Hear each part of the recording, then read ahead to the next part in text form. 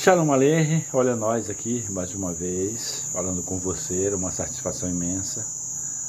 Mais uma vez está aqui, proseando com você, a semana de Páscoa, do Pessa judaico, né?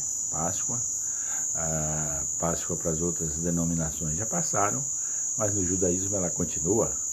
E finalizamos aqui o pão sem fermento, ervas amargas, nesse quarto dia da semana. São 7 dias, né?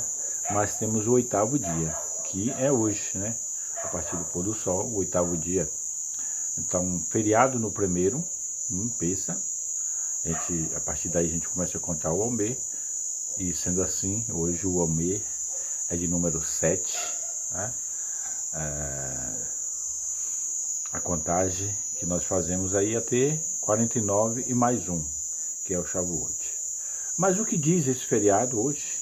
Esse feriado, o Midrash nos afirma que um dos momentos mais difíceis da vida do nosso povo ao sair do Egito, tivemos a plena liberdade no Pessa, saímos, demos um pulo, mas tivemos barreiras pela frente. E uma das piores barreiras, das mais difíceis, porque o nosso povo, a olhar para trás, perceberam que vinha uma turma atrás, muito forte, querendo agarrá-lo, querendo buscar oprimir mais uma vez. E aí vamos correr, vamos para frente.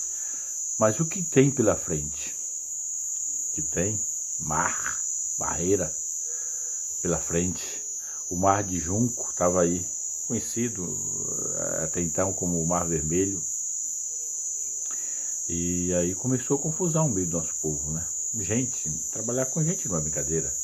Moshe, Moisés e Arão tiveram N dificuldades, assim como Miriam, para contornar a situação. Como é que contorna a situação de 6 milhões de pessoas? Como? Dentro dela ainda tinha crianças, adolescentes, abaixo de 20 anos de idade, mulheres e estrangeiros, pessoas que saíram também, com o povo de Israel. Muita gente saiu, e a partir do momento que saiu junto, passou a ser judeu.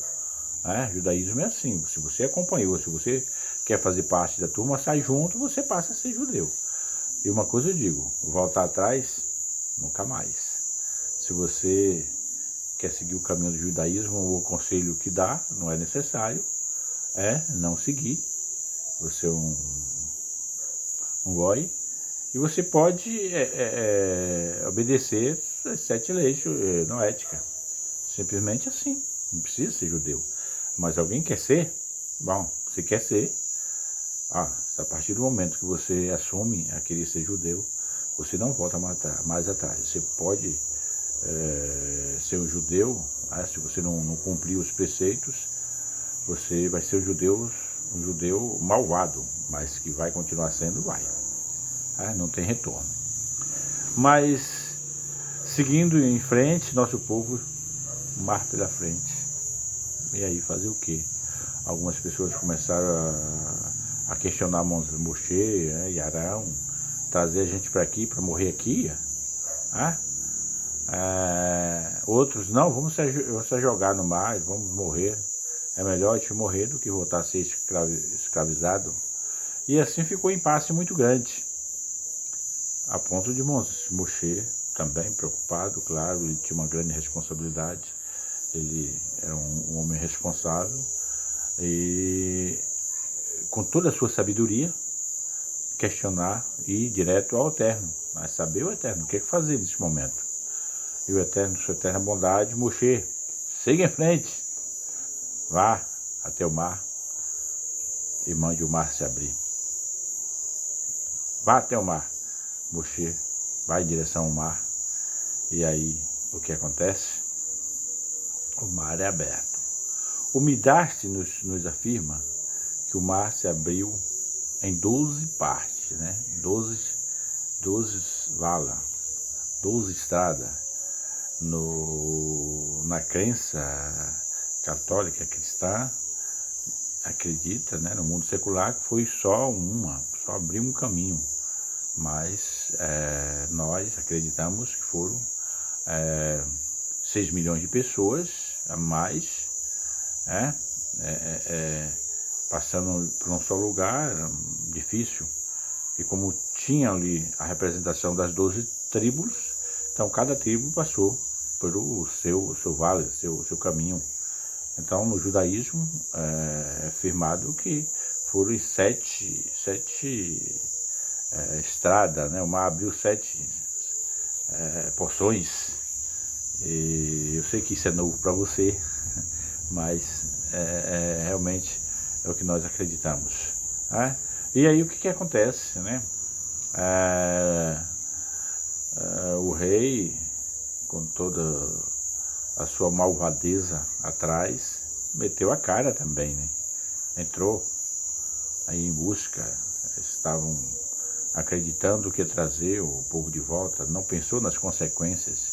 Mas o que acontece, todo mundo sabe, né, dessa história, é uma história bastante conhecida, mesmo para os que não são credor, né, de fé, mas sabe que a história é história, né, e que o fato foi acontecido. Não se questiona, poucos são os que dizem que não houve. Tá? Há muitas comprovações e as pessoas não acreditam que realmente o mar se abriu. Tá? E aí os egípcios que ali estavam foram mortos. Mas bem a questão, que Deus é esse, né? Que malvado, que Deus malvado. Foram muitos soldados, muita gente, muitas famílias ali. Deixou muita gente órfã, muitas mulheres viúvas que ficaram para trás. Sim, o que você acha disso? Que Deus é esse? Que liberta um povo, mas mata outros? Olha, você precisa entender e ler sobre a história judaica. Crianças, milhares e milhares de crianças, foram tiradas dos braços de sua mãe assim que ela nasceu e foram jogadas no rio Nilo. Inclusive o próprio Moshe, você sabe da história. Ele também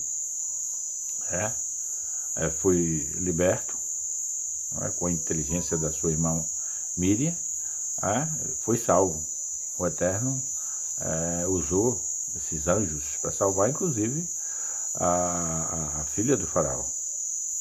Mas muitas crianças foram jogadas no rio Nilo e morreram afogadas e estraçalhadas pelos animais que vivem na água.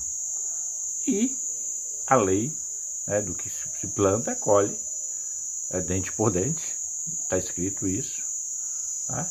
E o que aconteceu? Com o mesmo ferro que fere, também será ferido. E esse povo foi ferido. Eis a questão. Eles poderiam, como disse, poderia estar livre dessa, né? Mas não pensaram nisso. E não ficaram livres, morreram. Me dá-se conta que as águas os afogaram e trouxeram a toda a beira do rio, todos eles.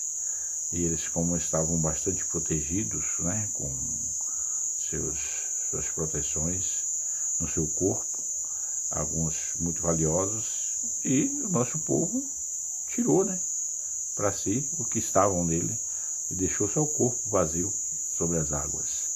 Essa é a história do Midrash. Mas, e aí? O mar se abriu, isso foi no passado. O que a Bíblia diz? No futuro, teremos coisas semelhantes?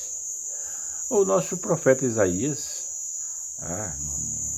no capítulo 10, um pouquinho do capítulo 10, no final, 2 capítulos mais ou menos, para chegar ao final, e prosseguindo o capítulo 11, se você ler, você vai encontrar no final do capítulo 11,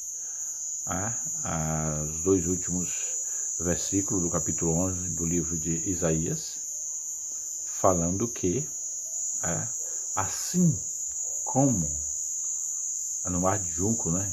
Assim como lá atrás o seu povo eterno abriu rios, abriu mar para que seu povo passasse, também rios serão abertos para que o povo venha para Israel.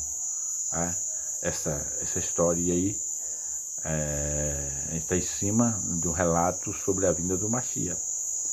Você que acredita em outro Mashiach, mas é bom que você lê essas passagens, deixando de fora sua crença, né, seu apego, e ver a história realmente como ela é, apesar que a tradição, a tradução de João Ferreira de Almeida e outras puxam-se mais para o lado cristão, mas se você tiver humildade, fé e orar ao Eterno pedindo ajuda do discernimento, ele vai lhe mostrar.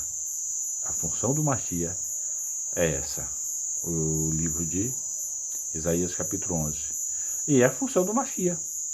Se o Mashiach não fez nada, se não aconteceu nada, se existiu alguns Mashiach, alguns Messias pela aí, e não aconteceu nada do que está nessa escrita, não é o Messias. Isso é mais pura verdade. Inclusive tem outras passagens que eu não quero citar aqui, né, porque a nossa função também não é desfazer, não é tirar a crença de ninguém, apenas mostrar que somos atalaia, né? O judeu é um atalaia. Nós mostramos, agora depende de você, cada um.